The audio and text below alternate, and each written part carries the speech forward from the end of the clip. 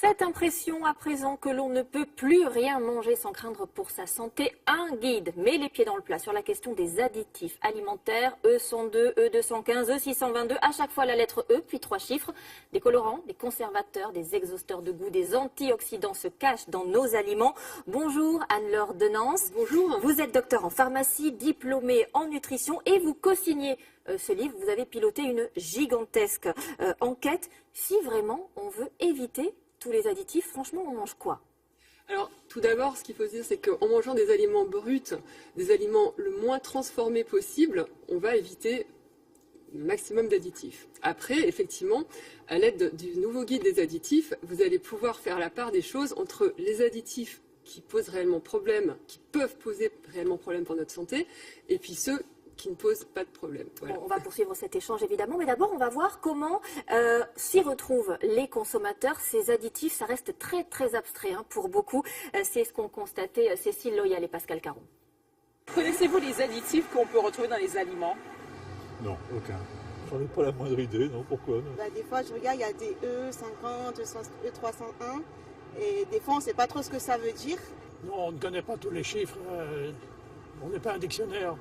Ça me fait peur parce que c'est des formules inscrites comme des vaisseaux spatiaux soviétiques. Donc c'est un petit peu effrayant, mais c'est vrai que je regarde. Certains d'entre eux sont potentiellement dangereux, ça vous inquiète? Oui, ça pourrait être un problème, effectivement. C'est pour ça que j'essaie de faire attention à ce qu'il n'y en ait pas trop. Tout ce qu'on entend, il y a beaucoup d'additifs qui sont dangereux. C'est vrai qu'il y a beaucoup de lobbying des industriels et la seule solution, moi je trouve, c'est de cuisiner le plus possible et de manger le moins d'aliments transformés. C'est exactement ce que vous nous disiez tout à l'heure. Grâce à vous, en tout cas, avec ce guide, on y voit plus clair. Pour la première fois, on peut lire noir sur blanc quels sont les risques de ces additifs, justement, lesquels sont les plus dangereux. Si on devait en retenir un, deux.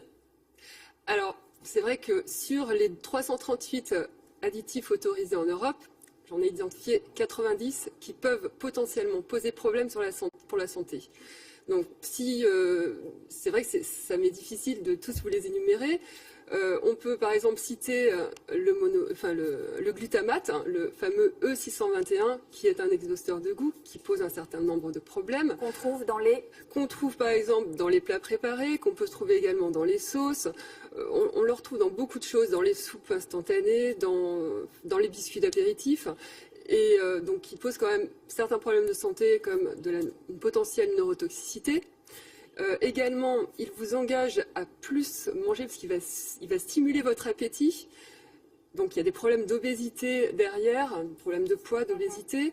Après, vous avez de plus en plus, on en entend parler, les nitrites.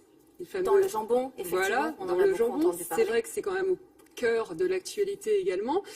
Donc c'est vrai qu'il y en a quelques-uns à vous citer. Une des surprises de votre livre, c'est le chapitre sur les aliments bio, parce qu'il y en a aussi des additifs dans le bio. Oui, tout à fait. Donc c'est vrai qu'on a identifié 7 additifs pouvant potentiellement poser problème pour la santé dans le bio. Bon, comparé aux 90 dans l'alimentation traditionnelle, c'est vrai qu'on est quand même... dans des rapports, pas comparables. Vous, dans votre livre, vous appelez aussi le consommateur à agir. Ce que vous dites, c'est qu'en boycottant un produit, on peut pousser l'industriel à l'abandonner. Ça a marché, ça déjà. Il y a déjà des précédents. Tout à fait. On va prendre par exemple l'exemple actuel du dioxyde de titane, qui est un colorant qui est utilisé dans de nombreux bonbons, confiseries, dans des glaces, dans pas mal de choses. Et actuellement, c'est au cœur d'une polémique, parce qu'il y a quand même des chercheurs de l'INRA qui ont publié une étude chez l'animal, chez le rat, qui montre donc une potentielle cancérogénicité de ce colorant.